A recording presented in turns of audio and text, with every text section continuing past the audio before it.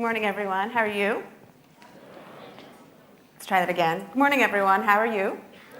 Good. So when Ada invited me to speak at MaD, I was incredibly flattered, of course. She runs one of the best conferences in the world, as far as I'm concerned. And she explained to me that MaD is for young people, for game changers, people who believe in change and believe that they have a role in making a difference in your own town, in your own city, in your own country, and in the world.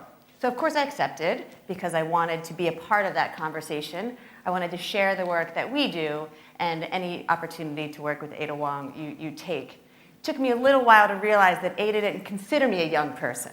I thought that I was coming here as a young person to share conversation. So that's been a little hard to get over, that y'all are young people and I'm not, but we're gonna work on that. I think why that's hardest, actually, is because I remember school like it was yesterday. It wasn't, but it's close. So I heard Ada ask you this morning how many of you didn't like your schooling. So can you do that again? How many of you did not have a good experience in secondary school? How many of you are just not raising your hand because you don't want the person next to you to know, right? So I didn't like school either. We call it middle school and high school in the States. It's a bit different than just secondary altogether. But I did well in school, but I didn't like it. And what it sort of tended to bring out in me is some anger and some resistance to rules, right? So I always wanted change. I went to school, again, it was yesterday when I was in school, but I went to school at a time when, not very unlike now, where we sat in rows, we all did the exact same thing at the exact same time, and we moved at the exact same pace. We were told what to do, when to do it, and by whom. I didn't like that. It made me angry. And when I went to college, I found the exact same experience. I was told what to learn, when to learn it, how to learn it, and I just kept getting angry. I wanted change. I wanted a difference. So of course I went into education, right, sort of jab at them to say, we can actually make a difference, we can change, and this is something that I actually believe in. So I thought this morning what I would do is, after hearing the three speakers before me who were incredibly inspiring, and schools like that around the world, if we had more of them, we'd be a much, much better global country, as far continent, global continent, that's a mess. Globe, be a much better globe. So I thought what I would do for a few minutes is just depress you. So I thought if I depress you first, then we could talk about the inspirational part, and then it's sort of a nice curve, I hope. So I hail from New York City. How many of you have been to New York City? How many of you aspire to go to New York City? How many of you absolutely never want to step foot in New York City? Yeah, something like that, right? So I work in something called the iZone, which is an Office of Innovation within government. So I work for the public school system of New York City, and let's look at a little bit of what goes on. We have a bit of a scale problem in New York City. We operate our school system as one district, but that can be a bit misleading, because unlike most school districts around the country, ours is quite vast. We teach and educate over 1 million students. We have over 1,700 schools. We also educate what we call pre-kindergarten or pre-K, about 200,000 students as well in full pre-K. We speak over 140 languages. Our students hail from over 1,000 different cities and countries, and we have over 75,000 teachers. We operate the largest Wi-Fi network in the country. We have, other than the military, we feed and provide more meals every day than any other organization in the world. And so it's sort of a school district, but most school districts in the United States are 2 schools, 10 schools, 20 schools, and ours is just a little bit different. So what happens when you work in a government organization that large is that we tend to be bureaucracies. Education in general across the country tends to be a very hard type of government organization to change. People don't like change in government. We've been elected into these places. We spend a lot of money. We spend a lot of time. We put a lot of effort and interest into making things really, really complicated. And so in order to do anything different, we would have to sort of try and make things simpler and try to actually be flexible. And governments don't usually operate that way. So this is sort of what we often get when we try to bring about change in government. Doesn't really happen quite that well. So with these complications, we have things like this. So in public education, we have lots and lots and lots of rules. There's lots and lots and lots of rules in Hong Kong education and in all places across Asia and Europe as well. We have, in New York City alone, we have over 91 sort of policy sections that every school needs to abide by, that every family needs to understand, that every student needs to understand, that every school leader needs to understand. Of those different categories, we have a bunch of subcategories. Under those subcategories, we have some sub-subcategories. And so by the end of it, you have about 1,000 pages of really complicated rules that may or may not have anything to do with you, ever. And they might, but they're really generally complicated. They tend to look like this. Here's one, maybe. This is one. If you want to go to high school in New York City, you have to know this map, inside and out. And mind you, there's about 600 different high schools in New York City. So you need to understand this if you're a student. You need to understand it if you're a parent. You need to understand it if you're a principal. And you certainly probably wrote it if you're a policymaker, and you probably don't even understand it. We also have a lot of rules around companies who want to work in New York City. So again, when you have 1 million students and 1,700 schools, there's lots of companies who want to sell products and services and supports to your organization. So this is the roadmap for how you can actually get yourself in a situation where you can actually sell your services to New York City. It's really complicated and really daunting, and oftentimes just detracts people from wanting to have anything to do with us at all. We have similar maps around teacher certification, if people want to teach in New York City. How many of you want to be teachers? Lie to me at least. How many of you want to be, if everyone could raise your hand and say, how many of you want to go into education to make a difference? Can you, if your neighbor doesn't raise their hand, can you jet them on the shoulder so that they raise their hand? Excellent. Ada, will you take a picture of that? They all want to go into education to make a difference. Fantastic.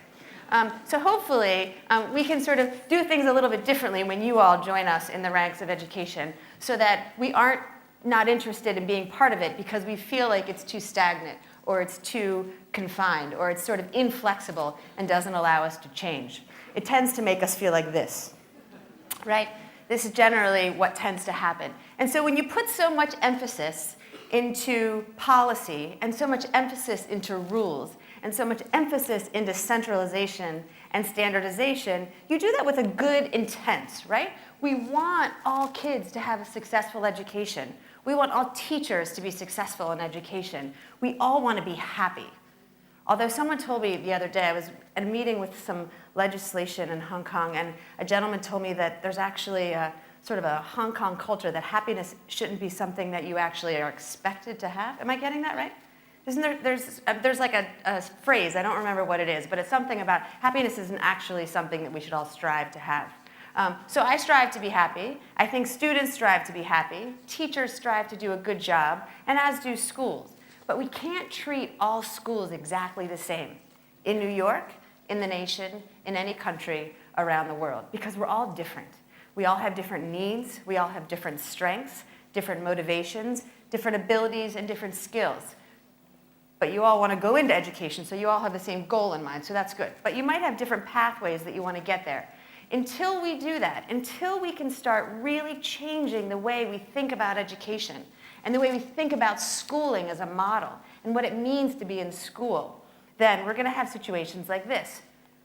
Maybe. Right. In the United States, every 26 seconds, a student drops out of high school. We have in New York City alone, 1 out of every 3 children under the age of 17 lives in poverty. In the United States, almost 60% of our students graduate high school. That means that almost 40% don't. Of those 60% that go to college, almost half of them take at least a year of what we call remediation, or they take their first year of college requires them to take courses that they should have had in high school before they can actually start their university curriculum. And so that's a problem in a lot of ways, right? One, it's a problem of money. If you're paying for college, government doesn't subsidize education in all of the universities in New York or in the country. A lot of them are privatized. College is really expensive anywhere around the world. So if you go to college and you have to take remediation courses, you maybe can't afford to finish. Maybe you just feel really bad about yourself. And it's a real problem for the universities because they're frustrated because they didn't expect you to come not ready. So we have this thing in the United States that we call college and career readiness. And we try to work with schools across the country to prepare students for college and career. I think it's college and career and everything after. But we have this problem now. And until we change schools, we're going to continue to see this problem. Part of it stems from most of our schools, many of our schools, still operate as though it's 50 years ago or 100 years ago.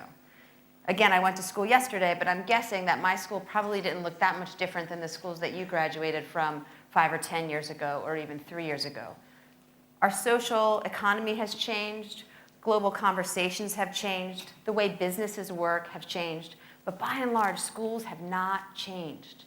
Last night, I looked in the MaD brochure. I don't know if anybody noticed this yet, but on the back page, one of the back pages of the brochure, there was a statistic that said, I might get this wrong, but it's close. Something like 90% of the world's data has been calculated or collected in the last 2 years. Did anybody see that? Am I getting that right? Is that what it is? That's profound. Think about the way we communicate now. Think about the way that we live our lives, how socially connected we are with all of our devices, the way we get jobs, the way that we choose our food selection, our music selection, the way we walk down the street is incredibly different now. But then you walk into schools, and I say it's almost like a metaphorical language barrier because they often don't look any different than they did a long time ago. And as a result, we're failing more of our students. Are you depressed yet? Raise your hand if you're depressed yet. Awesome. Not that many of you are depressed.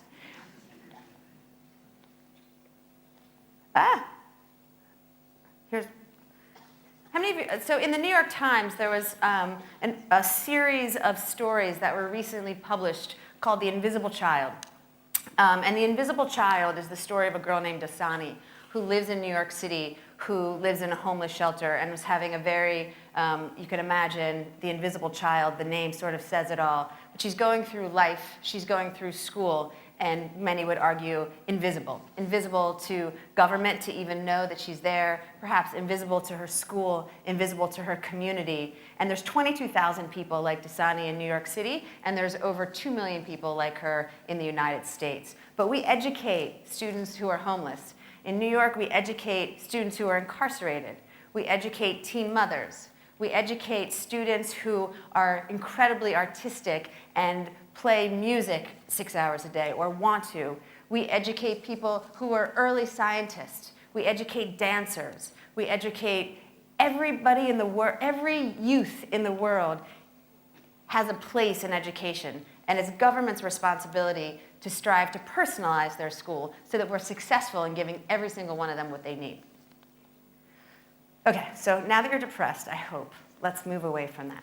So about 3.5 years ago, New York City, which again is a gigantic bureaucracy, opened an incubation lab, or sort of an R&D lab, and I work there. I have the pleasure of working there. It's called the iZone. We stole the little I from, Apple, or maybe they stole it from us. We're still duking it out. Right. It'll be a long fight, I assure you. And it's called the iZone. And really what our charge is to change the game of education in New York City and scale those game changers, or those ideas for how things can be done differently, across the country and hopefully across the world. So what we do is we say we need to help think differently about what school means for students, what school means for students, and what we mean by education. And we know that we need to do it differently. And in order to do that, we need new ideas.